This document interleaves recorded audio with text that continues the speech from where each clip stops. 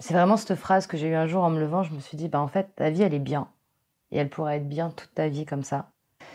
Et j'avais une petite voix derrière qui me disait: «Ouais, mais peut-être que ça pourrait être mieux». Et là-bas, au Pérou, ils disent: «Si on sauve une personne, on sauve l'humanité». Et en fait, ça s'applique à soi. Si on arrive, nous, à fermer les portes de ce qu'on ne peut pas gérer et se concentrer sur notre lumière, bah, ce qu'on ne peut pas gérer va s'améliorer tout seul, par l'exemple de ce qu'on est devenu.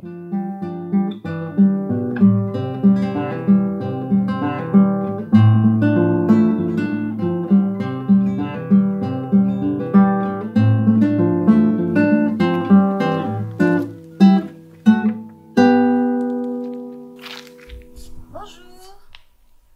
Ça va, Bénédicte? Ouais, allez, vas-y, viens, rentre.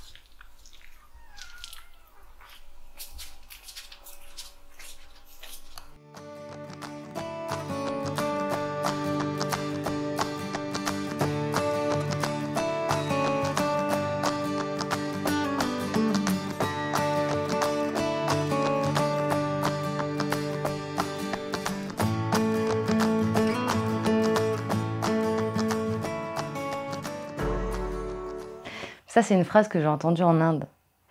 Et pour moi, ça veut dire qu'en fait, le voyage, c'est s'éloigner de ses racines, physiquement et mentalement aussi, d'aller découvrir des cultures différentes, d'autres manières de penser, de vivre, de gérer les hauts et les bas de la vie.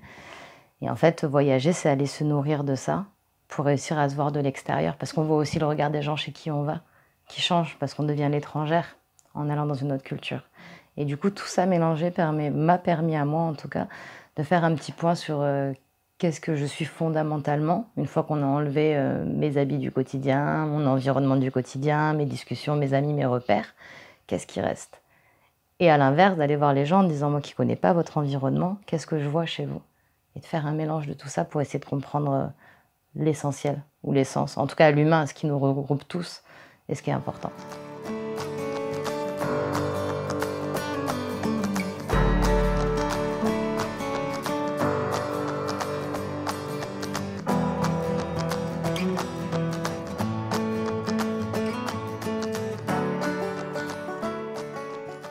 Charlotte était docile. J'ai toujours été très extravertie, enfin, j'ai beaucoup parlé, j'avais un bon cercle d'amis, j'aimais bien faire la fête, ça n'a pas changé, ça faisait partie des fondamentaux. Un peu épicurienne aussi, j'aime bien manger, j'aime bien sortir. Mais j'étais très influencée par l'image que je reflétais des autres. Et j'avais une immense envie de plaire. Alors au début aux parents, à la cellule familiale, parents, grands-parents, tout ce qui va avec. Puis aux professeurs et aux figures d'autorité. Et puis aussi, j'aimais bien, enfin j'ai toujours très bien fait mon travail, donc là, le patron, le chef, le supérieur aussi, envie de plaire à tout ça. Et donc j'avais mené ma vie parce que je me voyais briller à travers le regard des autres. Mais du coup, je me suis rendu compte après quelques années, enfin notamment cette année et demie à Paris, que c'était pas ça en fait, et que me conformer à ce que les gens voulaient que je sois, bah, c'était fatigant. Et j'étais très fatiguée mentalement. Ouais. Et je dirais aussi, j'avais peur. J'avais peur de tout. Parce que j'avais jamais franchi de limite.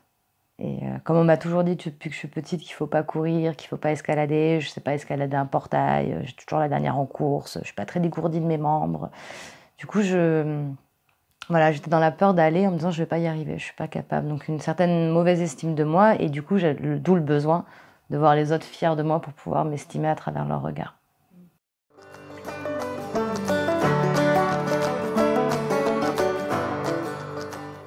Je pense que c'était un excès de curiosité.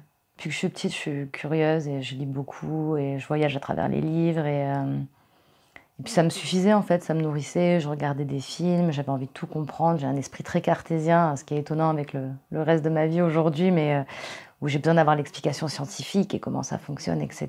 Et je pense qu'un jour, ça m'a plus suffi les livres et j'ai eu envie d'aller voir en vrai. J'étais arrivée dans une vie à Paris où j'ai pleuré le matin parce que je voulais pas me lever, le bruit de mon réveil, enfin j'étais en droit chemin vers la dépression. Et je faisais des choses alors je mettais pas des mots dessus, mais qui me plaisaient pas. Je travaillais pour des gens que je n'estimais pas et que je respectais pas. Surtout dans la télé, en fait, je travaillais dans les espaces publicitaires et je vendais des espaces publicitaires pour des produits ou des programmes de formation ou des régimes. Et en fait, ça commençait à vraiment gratter et remuer au fond de moi. Et donc je pleurais beaucoup. Et un jour, j'ai dit, bon, ben, Il va falloir faire quelque chose, mais ça a mis du temps à mûrir parce que j'avais un appartement, un travail, un chéri, et qu'il a fallu tout quitter du jour au lendemain parce qu'il n'y avait pas d'autre moyen de le faire. Je ne pouvais pas partir vers vivre cette aventure avec des bagages déjà. C'est vraiment cette phrase que j'ai eue un jour en me levant, je me suis dit, en fait, ta vie, elle est bien. Et elle pourra être bien toute ta vie comme ça. Et c'est chouette. Et tu vas avoir un statut, et tu vas travailler pour la télé, les publicitaires, et tu vas avoir des sous, et tu vis à Paris, et tu as fait Sciences Po, et tu as réussi tes études. Et j'avais une petite voix derrière qui me disait, ouais, mais peut-être que ça pourrait être mieux. Et quand je me suis dit, c'est quoi le mieux en fait? Et je me disais, c'était cette idée de mouvement, de découverte, d'apprendre. Et en fait, j'apprenais plus rien. J'étais déjà à 23 ans rentrée dans une routine où j'allais faire plus ou moins la même chose toute ma vie avec les mêmes gens dans la même ville. Et voilà, du coup, la curiosité, l'enfant intérieur s'est mis un peu à pleurer avec cette idée, il faut satisfaire cette curiosité pour pas qu'elle s'éteigne. Donc l'envie d'apprendre, le savoir, et puis un énorme sentiment d'étouffement dans Paris qui a fait que j'ai choisi un pays où il n'y avait rien. Pas grand-chose en tout cas.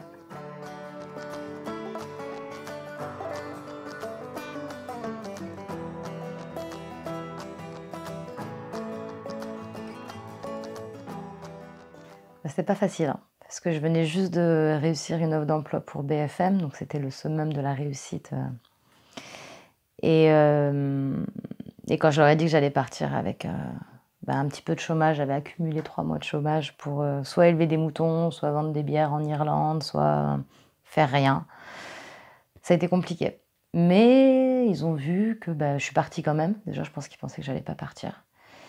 Et que finalement, ça se passait bien. Et que quand ils m'appelaient, j'étais heureuse. Et j'avais un dynamisme. Enfin, j'étais redevenue une enfant, quoi. Tout était excitant, tout était beau.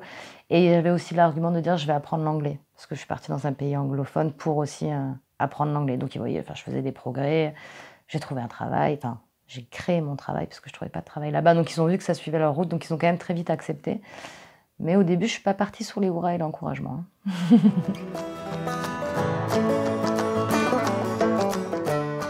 Et quand je suis arrivée là-bas, c'était la crise économique, donc il n'y avait pas du tout de travail.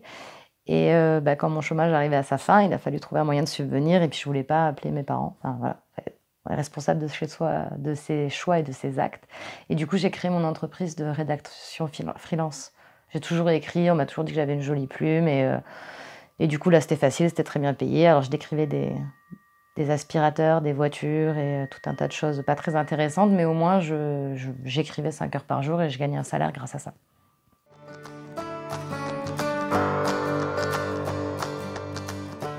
C'est un vieux monsieur qui m'a sorti ça dans un pub un soir et qui m'a dit, on n'est pas là pour passer un long moment, mais on est là pour passer un bon moment. Et l'Irlande, ça m'a vraiment insufflé la joie de vivre, quoi. Ça a été... j'étais plus fatiguée, je pleurais plus, j'avais de l'énergie pour tout, je faisais des randos, un regain d'énergie et de me dire, mais en fait, le contexte est quand même important. Et il faut être dans un endroit où on est bien, et il faut surtout être aligné avec ce qu'on veut faire. Et à partir du moment où on est aligné, alors je mettais pas ces mots-là à l'époque dessus, mais au moment où on fait, moi je disais travailler pour mes rêves et pas travailler pour les rêves des autres. Et à partir du moment où on a fait cette transition et qu'on travaille pour nos rêves à nous, même si c'est dur, je n'ai pas gagné beaucoup d'argent au début, mais on s'en sort en fait parce qu'on est bien, on est heureux, épanoui. Et l'Irlande, ça m'a réveillé mon enfant intérieur, quoi. C'était génial.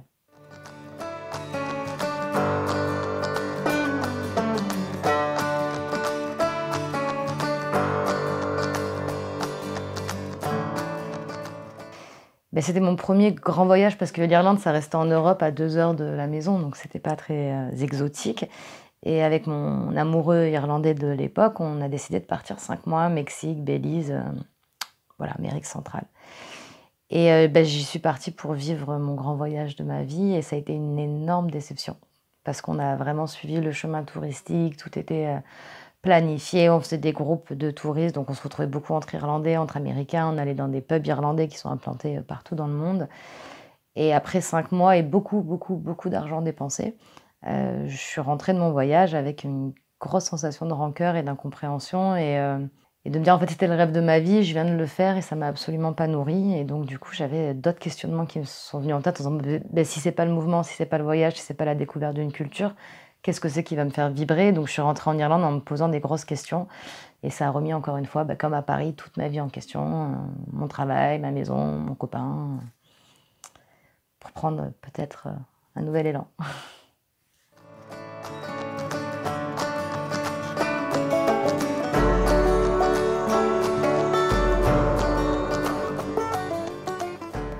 Sur la fin de l'Irlande, j'ai répondu à une annonce qui cherchait des gens pour travailler dans leur agence de voyage.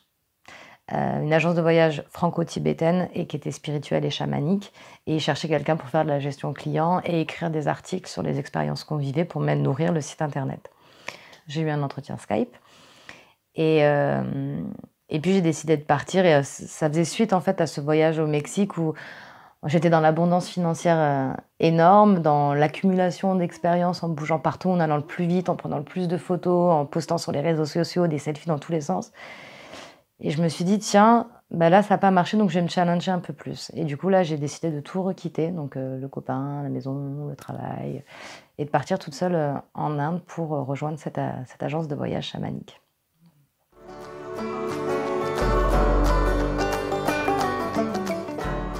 Et donc du coup, je suis arrivée donc, toute seule avec mon petit sac à dos, et c'était une équipe où on était, ça dépendait des temps, mais entre 3 et 10 Français. À travailler pour l'agence. Donc on avait une maison qui louait et qui mettait à notre disposition avec les repas. Et Charlie avait déjà fait plusieurs mois dans l'agence. Il était reparti en Chine pour faire un peu de sous avant de revenir en Inde. Et donc quand il est revenu, je l'ai rencontré. Et il était le graphiste de l'agence. Et on a été tout de suite de très bons amis. C'est quelqu'un qui a un enfant intérieur très présent. Moi, je l'appelle le commercial du bonheur. C'était la première fois que je voyais quelqu'un dans ma vie qui était aussi heureux. Dans une équanimité, alors on mettait pas de mots là-dessus non plus à l'époque, mais qui s'engage ni dans les hauts ni dans les bas de la vie, avec une stabilité d'émotion qui était assez extraordinaire. Et du coup, c'était très agréable d'être dans les parages avec lui, parce qu'il avait pas peur du coup, et de suivre un peu son rythme. Et du coup, il a un peu été le guide, parce qu'en plus, il était déjà venu et qu'il y avait que des filles à part lui, donc il connaissait un peu les lieux, donc il a aussi pris le rôle de guide, de la curiosité, de la découverte en Inde.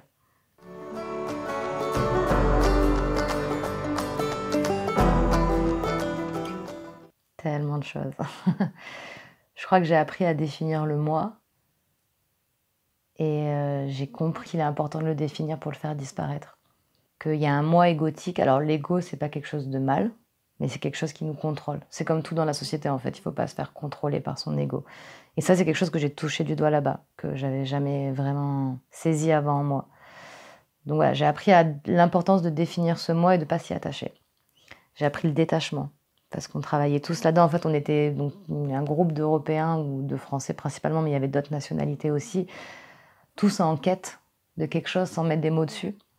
Et en fait, on avançait tous ensemble avec nos propres cheminements, nos propres histoires. On n'avait pas d'internet dans la maison. On avait très peu d'électricité avec des coupures de plusieurs jours. Donc, on passait nos soirées à la bougie et il n'y avait rien d'autre à faire que créer.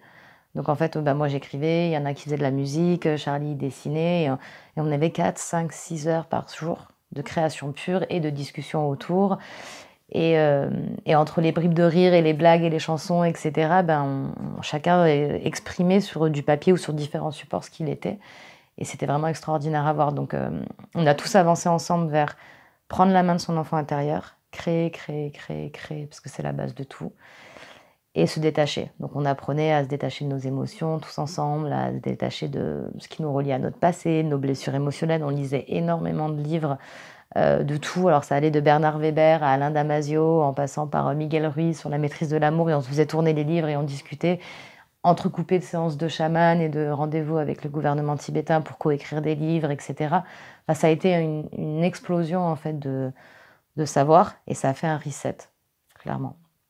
Et à côté de ça, donc ça c'était quand on était à Dharamsala, là où on travaillait, et de temps en temps on partait dans ce qu'on appelait la vraie Inde, parce que Dharamsala c'est un écrin protégé au pied de l'Himalaya, c'est ouvert, il y a pas trop, il y a du tourisme mais ça reste raisonné, il n'y a pas trop de pauvreté, enfin c'est pas comme quand on débarque à Delhi ou à Calcutta où j'ai pas été mais où je peux imaginer l'intensité. Et en fait on allait visiter quelques régions de l'Inde, pas très loin parce qu'on prenait que le bus, on n'avait pas de sous, donc tout était très très long, très compliqué, mais ça se faisait. Et en fait, de se frotter à la pauvreté des gens, enfin ce que nous on va appeler misère, mais ce qui pour eux leur quotidien et la manière dont ils s'accommodent de ça.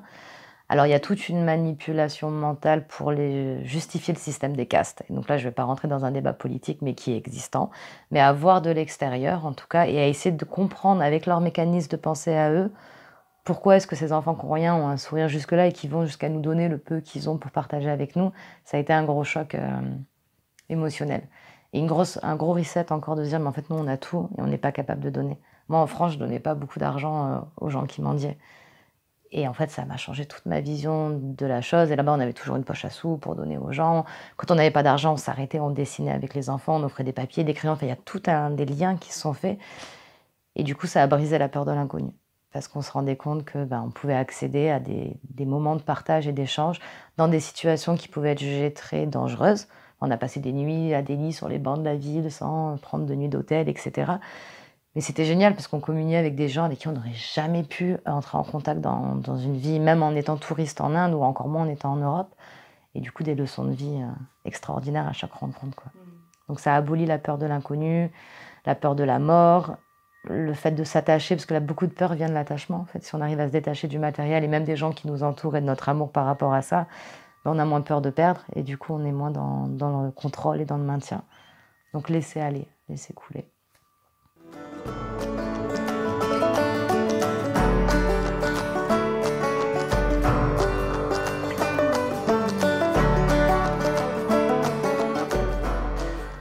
Eh bien, le Pérou, parce que j'y suis allée pour le mariage d'un ami à la base, qui s'était marié avec une Bolivienne. Donc, on est parti en Bolivie. Et lors de mon voyage, encore une fois, une sérendipité. C'est un mot que j'adore. C'est le fait de trouver quelque chose en cherchant autre chose.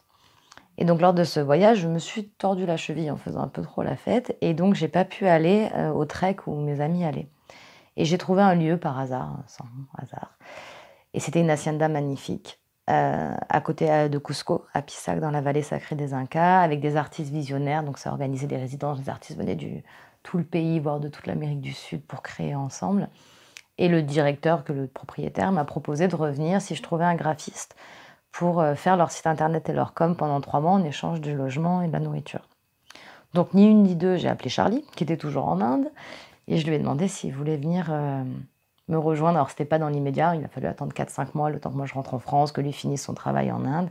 Et après 6 mois, on est partis ensemble au Pérou, dans cette hacienda, pour faire ce site internet qu'on n'a jamais fait, mais on a fait énormément d'autres choses à côté. On a beaucoup créé, on a essayé de reprendre... en fait, on était tellement dans cette dynamique avec l'Inde, donc Charlie, il faisait beaucoup d'illustrations pour des gens qui voulaient faire des livres, donc il avait fait un livre, Le Petit Moine, donc illustrer ça de là-bas. Moi, j'écrivais, j'étais en train de monter une agence de voyage en Irlande pendant que j'étais au Pérou. Bon, ce projet, finalement, n'a pas eu lieu parce que j'ai décidé de rester au Pérou et de ne pas rentrer en Inde. Et à côté de ça, on a découvert beaucoup de médicinat, de plantes et du coup, de chamanisme quechua, enfin péruvien et autres. Parce que l'hacienda dans laquelle on vivait, c'était non seulement une résidence d'artistes, ça on le savait, mais c'était aussi un centre d'accueil de thérapie à l'ayahuasca et au San Pedro. Et ça, on ne le savait pas. Et donc, au bout d'un temps, on a vu arriver des gens en bus. Et puis le soir, il y avait des bruits étranges dans le temple. Ça jouait du tambour et ça vomissait. C'était étrange. Et en fait, petit à petit, comme on était dans le même lieu, on est devenus amis avec les chamans qui étaient là-bas. Il y avait une femme et un couple. Et puis plein d'autres gens qui jouaient de la musique. Et voilà, et on s'est retrouvés, Charlie s'est mis à faire de la musique dans des cérémonies pour accompagner les musiciens parce qu'il fait des percus. Et puis moi, je me suis mise à traduire parce qu'en fait, à la fin de chaque rituel d'ayahuasca, les gens racontent un à un leur voyage à la chamane qui répond. Donc il y a un dialogue.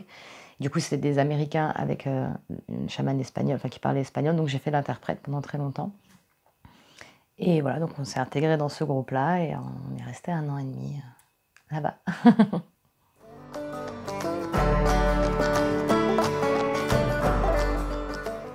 J'ai appris l'importance de couper les fils et fermer les portes. Je pense que ça a été un peu le double penchant, le revers de la médaille de l'Inde. En fait, en Inde, j'ai appris à m'ouvrir universellement à l'amour, au don, à l'inconnu, à tout l'invisible, à tout ce qu'on ne peut pas saisir.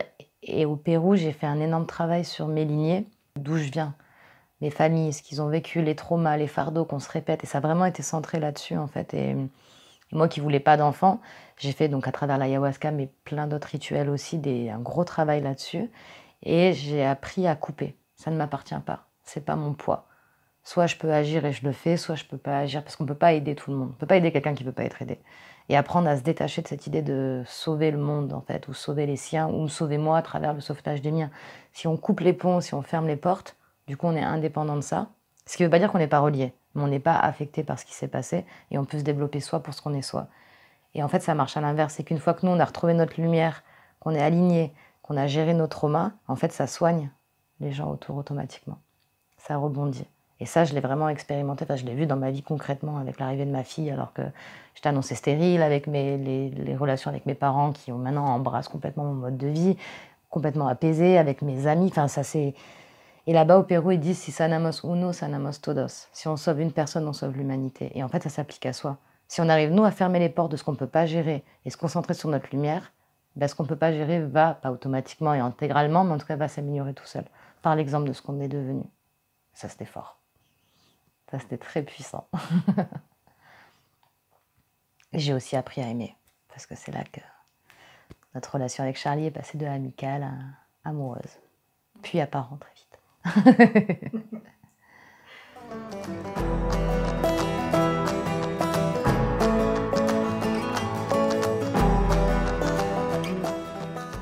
Complètement. Mais je pense qu'une vie humaine, c'est un voyage initiatique. En Inde, j'avais rencontré Soudan.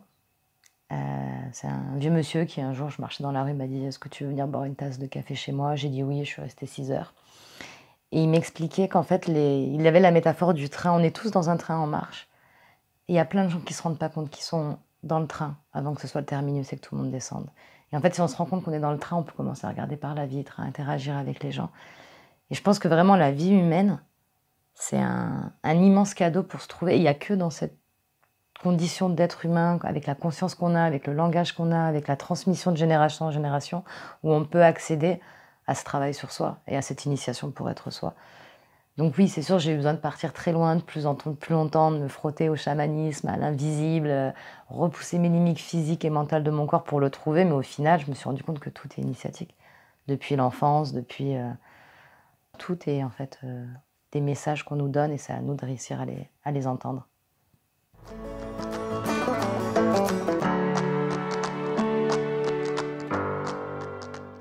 Alors, du coup, ce qui tombait bien, Charlie était illustrateur et moi j'étais auteur, donc on s'est dit qu'on allait faire des choses ensemble. Et quand on était en Inde, on a travaillé avec le gouvernement tibétain en exil à travers Dr Chok, qui était un ancien moine, directeur maintenant du centre de recherche et de traduction du Tibet, et qui a demandé à Charlie d'illustrer 84 contes. Donc lui, il avait repris plein de contes, alors des contes universels, et des contes tibétains, et des contes du Panchatantra. Bon, on va pas refaire l'histoire des contes, mais en gros, ils viennent tous du même endroit, et ça a été diffusé et mis aux cultures différentes. Donc lui, il a récupéré 84 contes, qu'il a traduits en tibétain, en sanskrit tibétain, pour que les enfants ne perdent pas le contact avec leur langue. Parce qu'au Tibet, il n'y a pas beaucoup de livres pour enfants. Enfin, quand je dis Tibet, à chaque fois, nous, on était à Dharamsala, au nord de l'Inde, je précise. Il n'y a pas de littérature jeunesse. Donc il a fait ces 84 contes répartis en 4 livres et Charlie a tout illustré. Et en échange de ce travail d'illustration, on a demandé l'autorisation de récupérer 20 contes que moi j'ai sélectionnés et que j'ai adaptés et traduits en français. Et donc ça a sorti un livre qui s'appelle Trésor de sagesse, Tibet. Et donc il y a 20 contes et 20 points culturels. Et l'idée qu'on a, en fait, c'est de faire une collection de trésors de sagesse avec tous les pays du monde qu'on a fréquentés. Donc là, on travaille avec un conteur péruvien qui m'envoie les contes. Donc lui, il compte dans la rue pour les enfants gratuitement. Donc il se filme, il m'envoie ses films et moi, je suis en train de les adapter en contes français. Charlie va illustrer. Et après, on voudrait faire pareil pour l'Irlande et puis pourquoi pas pour les Cévennes. L'idée, c'est de planter des graines. Comme on disait, le voyage initiatique, on reçoit tous des graines au quotidien. Et si on plante les bonnes graines dans le bon terreau avec un peu d'eau, ça permet de faire des des adultes un peu plus épanouis et en lien avec leur enfant intérieur. Et avec cette collection, voilà, c'est toutes les petites graines qu'on a reçues à travers le monde, les adapter pour les enfants et les planter le plus tôt possible. Comme ça fleurit plus grand et puis ça peut en essaimer d'autres. Et l'autre projet qu'on a fini cet hiver, c'est un livre qui s'appelle La Lime, je vous montre, qui a été illustré par Charlie aussi. Et en fait, c'est un carnet de voyage sur l'Inde. Donc c'est un mélange entre un récit épopée, c'est écrit au jeu, c'est moi qui parle, mais d'une Européenne qui prend la claque de sa vie en arrivant, donc des lits, les singes, les bus, la poussière, les gens qui mendient, enfin tout le... Et tous les gens qu'on a pu rencontrer pendant, moi du coup, mes 2 fois 6 mois en Inde, toutes les rencontres, donc de Soudan qui m'interpelle dans la rue, au vendeur de chai, en passant par l'ancien interprète du Dalai Lama, le Geshe Lagdorla, avec qui je suis en train de coécrire un livre. On a fait 6 mois de rencontres et des enseignements, en passant par Lamo, enfin les Lamos, c'est des chamans qu'on a vus là-bas, les guides qui nous ont amenés, enfin tous les gens qu'on a rencontrés et qui ont déposé des graines. Alors soit des graines de discussion, soit des véritables graines d'enseignement et de savoir. Et donc ce livre reprend, à travers mon voyage et mon épopée, tout ce que j'ai eu la chance de recevoir et dont je me fais le véhicule aujourd'hui pour l'amener à ceux et celles qui ne peuvent pas forcément partir à Dharamsala et accéder à ce qu'on a eu la chance de vivre là-bas.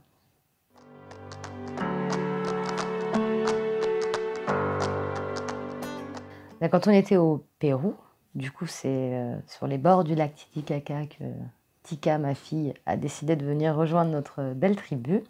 Et donc j'ai fait les 5 premiers mois de grossesse au Pérou avec une sage-femme traditionnelle. Et on s'est dit quand même on va rentrer en France pour partager ça avec la famille et puis pour plein de raisons.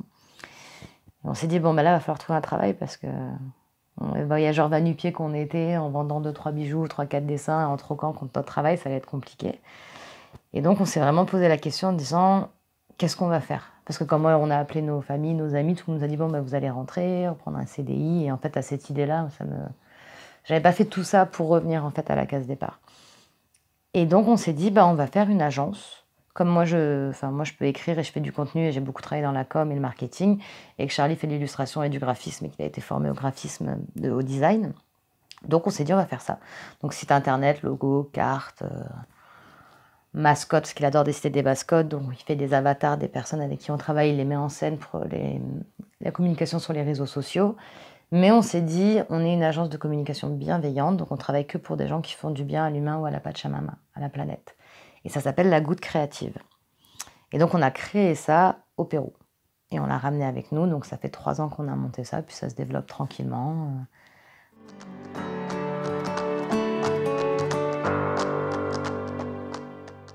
La légende qui a été reprise par Pierre Rabhi sur la légende du colibri. En gros, il y a un énorme incendie dans la forêt, tous les animaux s'en vont. Et le colibri, on le voit qui vole très très vite et il prend une goutte d'eau dans la rivière, il va le jeter sur l'incendie et il recommence, il recommence. Et les animaux lui disent « Mais colibri, qu'est-ce que tu fais? Ça sert à rien, enfin, tu vois bien, c'est inutile, ta goutte, elle change rien. » Et il leur répond « Mais moi, au moins, je fais ma part. Et si chacun faisait sa part, ben, on arriverait peut-être à être un peu plus épanoui dans la globalité de l'humanité. » Donc voilà, c'est l'idée qu'on veut, c'est aider les gens qui font du bien à avoir leur place, leur visibilité, et pas laisser le monopole de la communication au McFlurry.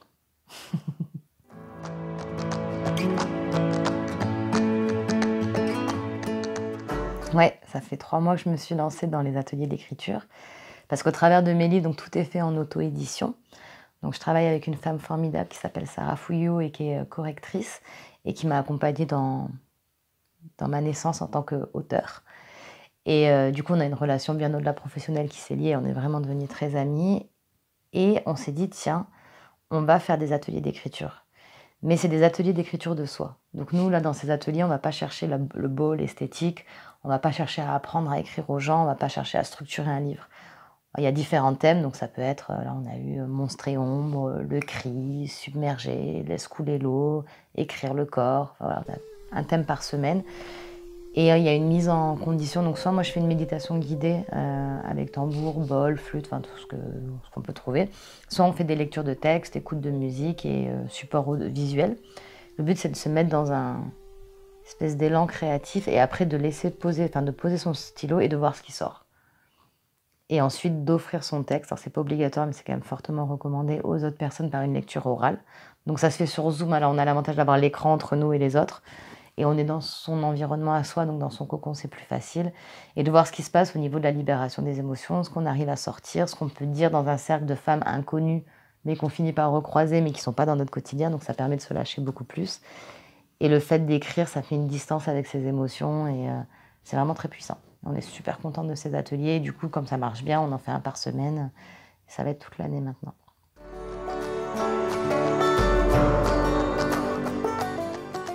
Donc on a un livre qui sort avec le Geshe Lagdorla, qui est l'ancien interprète du Dalai Lama, que je vais sortir au mois d'octobre-novembre, qui s'appelle Le bouton de l'illumination, sans réflexion pour toucher le bonheur du doigt. Et donc là, c'est un résumé de 5 jours d'enseignement et 6 mois de rencontres avec le Geshe. Et c'est pas Charlie qui illustre ce livre, c'est une autre fille qui habitait avec nous en Inde, qui s'appelle Anaïs Béné, et qui, elle, fait du dessin de presse un peu caricatural, très saillant, et qui vient donc contraster avec la douceur et la rondeur du message sur le bonheur délivré par le Geshe Lagdorla. Et puis on a donc le projet Trésor de sagesse Pérou, où on va faire les contes péruviens qu'on va traduire et adapter en français. Et puis du coup Charlie avait très envie de faire une BD. Donc pour la version adulte de notre carnet de voyage au Pérou, avec tout ce qui est découverte de la médecina, l'ayahuasca, le San Pedro, le râpé, les cercles de chant, les nuits à belles étoiles avec les chamans.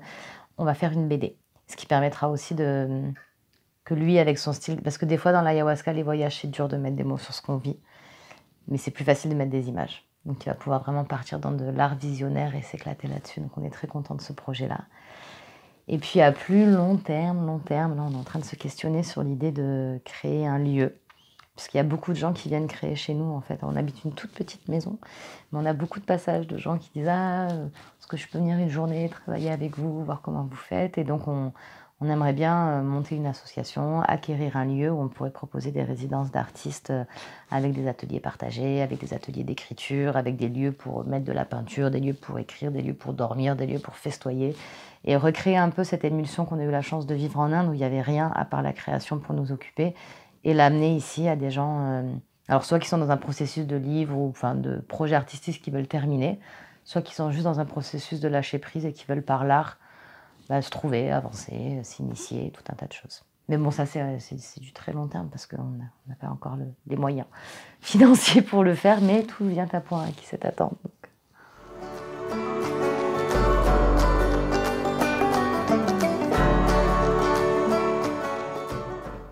La liberté d'être et de faire, je dirais. Ça, c'est important. La sérendipité, c'est le mot que je disais tout à l'heure. Parce que si on cherche des choses mais qu'on ne s'attache pas au résultat de ce qu'on cherche, on trouvera toujours d'autres choses merveilleuses. Et ça permet de toujours avancer dans la vie, de jamais être déçu. Et puis amour, parce que sans amour, il n'y a rien. C'est l'amour qui fait avancer, c'est l'amour qui fait communier, c'est l'amour qui fait créer. L'amour, c'est une énergie qui est tellement plus puissante que l'énergie de la colère ou de l'argent. Et alors, on ne peut pas vivre que d'amour, mais grâce à l'amour, on peut créer ensemble, on peut cultiver ensemble, on peut jardiner ensemble, on peut échanger, on peut troquer. Et en fait, si on peut vivre grâce à l'amour.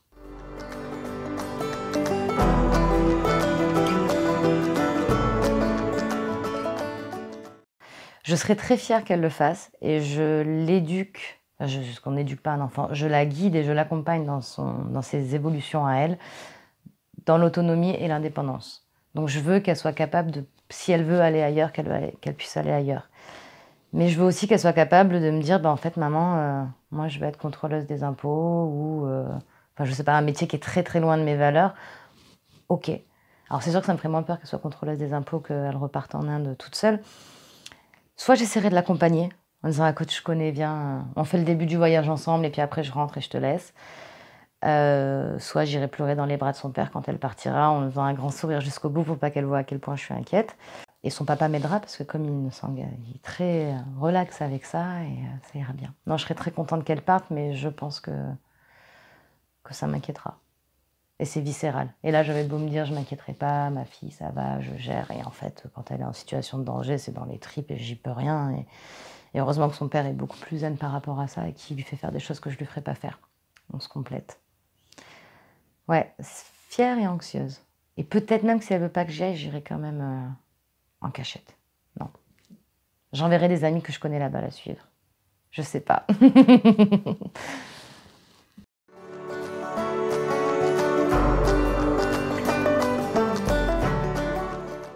Mais je la remercie. Je suis fière d'elle. Je suis fière de tout le temps en fait. Parce que avant, quand j'étais docile, je suivais, c'était mon chemin et qu'il fallait que je le fasse pour accumuler la confiance des gens autour de moi. Mais ouais, la petite Charlotte qui a 23 ans un dimanche a dit à son mec et son patron et ses parents en fait, je vais faire un sac et dans un mois, je m'en vais. Ouais, je la remercie. Je savais pas trop ce qu'elle faisait, mais elle a bien fait.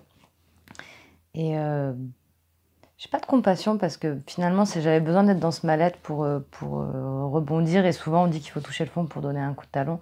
J'ai pas été très profond, hein, j'ai pas fait de dépression, ça allait. Mais voilà, j'avais besoin d'être dans ce mal-être pour pouvoir rebondir. Ouais, je ferai un gros câlin, un gros check et je dirais t'as assuré. C'est bien.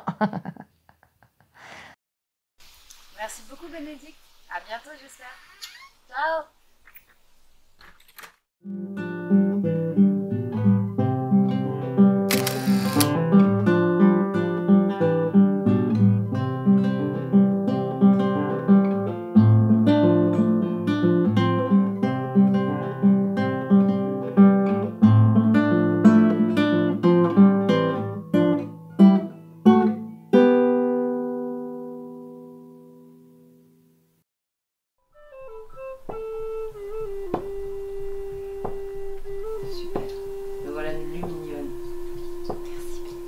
Merci à